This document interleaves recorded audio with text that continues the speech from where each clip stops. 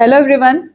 Allow me to introduce myself to you. This is Ayesha Kaukab and I'm from 305A studying in Andijan State Medical Institute. So I would like to talk about the subjective examination when the person is having disorders of esophagus, intestine and stomach. So basically when there is a patient who is having pain in abdominal area, you have to be knowing about few things such as the localization of pain, how the pain irradiates or if it doesn't irradiate, and what is the pain when the patient is having food, if there is any changes after having food and before having food, and if there are any changes during defecation.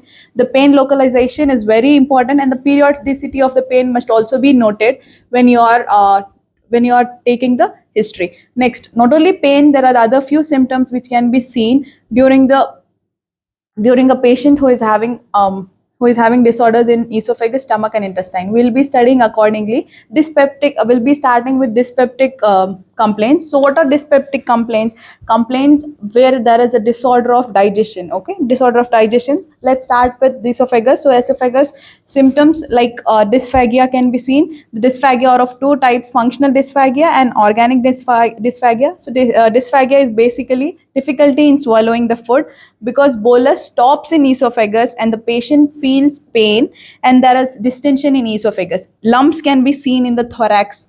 There are a sense of lumps in the thorax.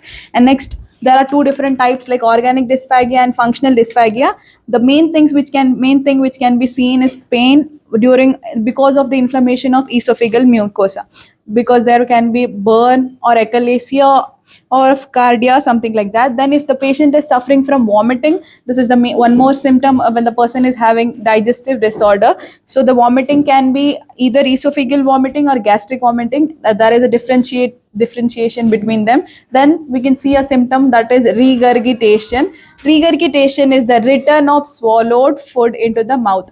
What happens is once we are done with the swallowing, the food is again entering back into the mouth. That is regurgitation. Then then the patient can be having hypersalivation. That happens in esophagitis. And the narrowing of esophagus and stenosis. What happens is there's more production of saliva can be felt in the mouth. Then foul breath. Foul breath can be felt by the patient. This usually occurs in cancer, tumor or congestion and decomposition of food in cardia. And the spasm can also occur in the esophagus. Then the heartburn, which is also known as pyrosis. This is the burning sensation behind sternum. This usually happens in reflex esophagitis. Hemorrhage can also take place. That is due to maybe ulcer, injury or esophagus degradation or the degradation of tumor.